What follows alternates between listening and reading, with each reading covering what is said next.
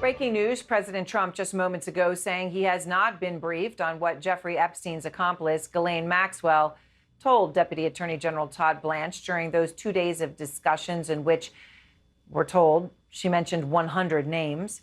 It comes amid the release by the New York Times now of previously undisclosed images and descriptions of the interior of Epstein's Manhattan townhouse. And these are important details. It was a 21,000 square foot home, decorated, as the New York Times describes, in Epstein's eccentric style. There was a sculpture of a woman in a bridal dress clinging to a rope suspended from a ceiling, a taxidermied tiger lounging in Epstein's office, and the infamous massage parlor connected to Epstein's bedroom. The New York Times also shows photographs that Epstein displayed at his apartment of himself with some of the most prominent people in the world. Okay, and we're not using that word lightly. A photo from 2000 of Donald Trump with his then girlfriend Melania Knauss. Sure, that's one person. Bill Clinton and Epstein in another. Epstein with the Crown Prince of Saudi Arabia, Mohammed bin Salman. That picture also there, just to name a few.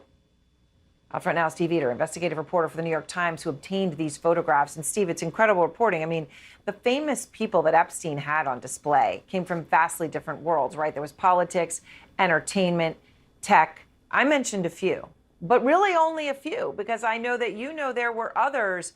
When we talk about some of the most important people in the world that were photographed with him and shown in his apartment, who else? Yeah, well, first off, thanks for having me here to talk about the piece. Yeah, it's a real collection, as you said, of powerful people, of business people, of people in entertainment. So you had, anyone from Steve Bannon to Mick Jagger to Elon Musk, a pope, mixed in there. And I think, if you look at the photographs and think about this, it was, an attempt by Jeffrey Epstein to sort of show the degree of people that he could be acquaintances with, to be friendly with, and to have them in his life, and that he had that access. Right, to show that access. Obviously, many of those pictures weren't taken actually in the townhouse itself, but they were displayed there, right? So the people would come through, would be awed by him and impressed by him. So those photos are there, and then, you've been through this actual massive townhouse in Manhattan. 40 rooms, and you've been in perhaps one of the most horrible ones, definitely one of the most horrible ones there, the massage room located in a suite of rooms connected to Epstein's bedroom. That massage room where Epstein was said to have assaulted some of his victims.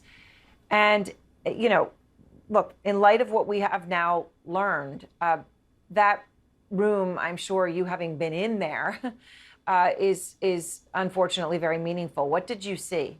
Yeah, well, just to clarify, through the photographs, we were able to get a view into the home, not through a tour of the home of some sort. But just, what we did see, so on that floor that you're referring to, this is part of a 21,000 square foot home, and what we learned through this is, on the third floor, there was basically this like suite that included Epstein's bedroom. It included bathrooms, but there was also, the massage room. We found, through the photographs that there were multiple cameras that had been mounted in these adjoining rooms. Not necessarily that we could tell in the massage room itself, but the massage room, there were paintings of naked women. For example, a silver ball and chain were among the kinds of things that we could see that were visible. And just all of that, to think what happened in that actual room. And 40-room townhouse, I mean, it's a mansion. He renovated it fully, he redecorated it, and what you have described in your report, Steve, is an eccentric style. What stood out to you? Yeah, I mean, I think, in a word, creepy. I mean, I think that there are things that you would look around and you would see, like you mentioned at the top of this, the taxidermy tiger. For example, there was the sculpture of a woman wearing a bridal gown and clutching a rope in the central atrium of the home. Framed prosthetic eyeballs lining an entryway. Just sort of a general strangeness, creepiness, to the home, throughout. Leopard print chairs, for example, were among the things that we could detect and included in our report. It's pretty incredible. I hope everyone will read it in full, look at the photos that you were able to obtain and share. so important in light of everything we're learning now. Steve, thank you so much. And of course, I will note none of the people that Steve and I were just talking about whose photographs were on display in Epstein's apartment, none of those individuals have been accused of wrongdoing in the Epstein case. We're talking tonight about all that's transpired since the Trump administration tried to put a lid on the Jeffrey Epstein story nearly a month ago, and everything that's not being done to get more of the truth out there. For instance, the House subpoenas issued yesterday to former President Clinton, Hillary Clinton, former attorneys general in both Democratic and Republican administrations dating back to the George W. Bush presidency. But one name conspicuously not on that list, the man who years before he served in the first Trump administration was a prosecutor and reached a non-prosecution agreement with Epstein, which was controversial back then and even more so now. Details from CNN's Randy Kaye. In 2006, the FBI began investigating Jeffrey Epstein's alleged activities with underage girls. I've seen hundreds and hundreds of girls go through Jeffrey's swinging door. Yet as the feds got closer, Epstein cut a sweetheart deal. Here at Epstein's Palm Beach home is where much of the alleged abuse took place. According to court documents, as far back as 2001, it's believed Epstein began luring underage girls here with the help of those who worked for him. Most of the girls ranged in age from 13 to 16 and came from disadvantaged homes. They'd never before seen the exclusive Palm Beach Island. Federal investigators had identified at least 36 girls and were still building their case when suddenly in 2007 came this non-prosecution agreement. It allowed Epstein to plead guilty to a lesser charge, just 2 prostitution charges in state court, and register as a sex offender. He would serve just 13 months in county jail. The deal also granted immunity to any potential co-conspirators.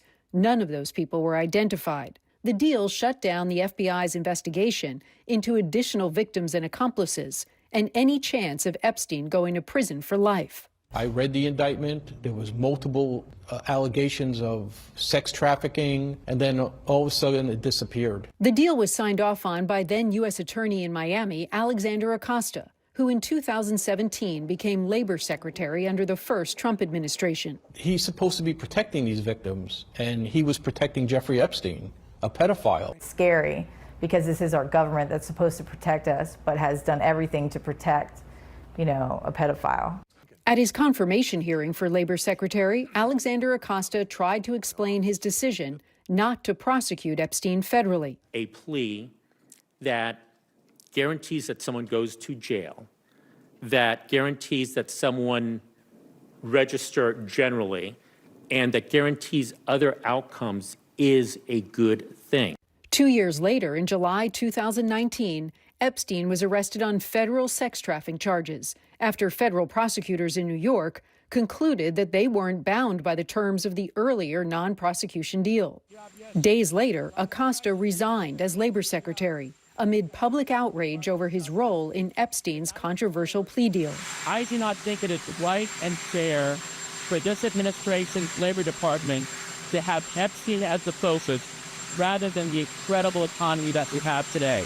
Top Democrats in Congress had called for his removal following the new federal charges against Epstein for allegedly sex trafficking young girls. 2 days before he resigned, Acosta said he was pleased about the new federal charges against Epstein.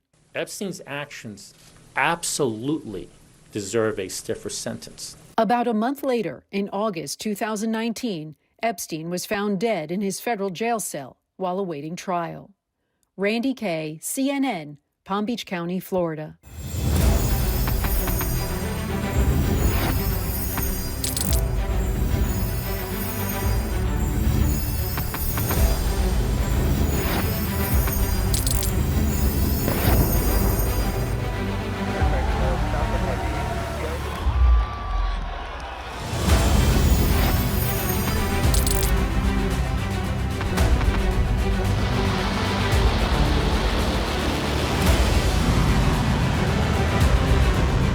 Fighting so long and so hard that they don't know what the they're doing.